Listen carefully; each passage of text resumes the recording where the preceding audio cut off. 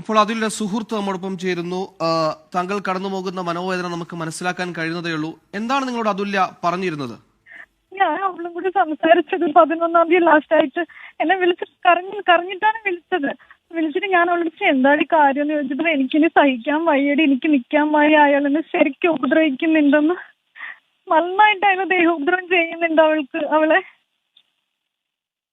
ഈ മദ്യപിച്ച് വന്നിട്ട് ആള് നല്ല മദ്യപാനിയാണ്. മദ്യപിച്ച് വന്നിട്ട് നമ്മള് വിചാരിക്കുന്ന പോലെ അല്ല അയാൾ ചെയ്യുന്നത് അവളെ. ഏറ്റവും അവസാനമായി അതുല്യ നിങ്ങൾക്ക് മെസ്സേജ് അയച്ചത് എന്നാണ്? ഏറ്റവും അവസാനമായിട്ട് ഇന്നലെ ആണോ മെനഞ്ഞാന്നാണോ അറിയില്ല, ഞാൻ നാളെ വിളിക്കാമെന്ന് പറഞ്ഞിട്ടാണ് മെസ്സേജ് അയച്ചത്. അപ്പൊ എനിക്ക് തിരിച്ച് റിപ്ലൈ എന്താ നോക്കിയത്, നമുക്ക് നാളെ സംസാരിക്കണം. പക്ഷെ എനിക്ക് ഇന്നലെ വിളിക്കാൻ പറ്റിയില്ല അവളെ. എന്തായിരുന്നു അവസാനമായി അയച്ച മെസ്സേജിന്റെ ഉള്ളടക്കം എന്ന് ഓർത്തെടുക്കാൻ കഴിയുന്നുണ്ടോ? ഈ മർദ്ദനത്തെ കുറിച്ചാണോ? എനിക്ക് നിന്നോട് സംസാരിക്കാനുണ്ടടി, എനിക്കിനി സഹിക്കാൻ പറ്റുന്നില്ലെന്നും പറഞ്ഞിട്ടാണ് ലാസ്റ്റ് എന്നോട് സംസാരിച്ചത്.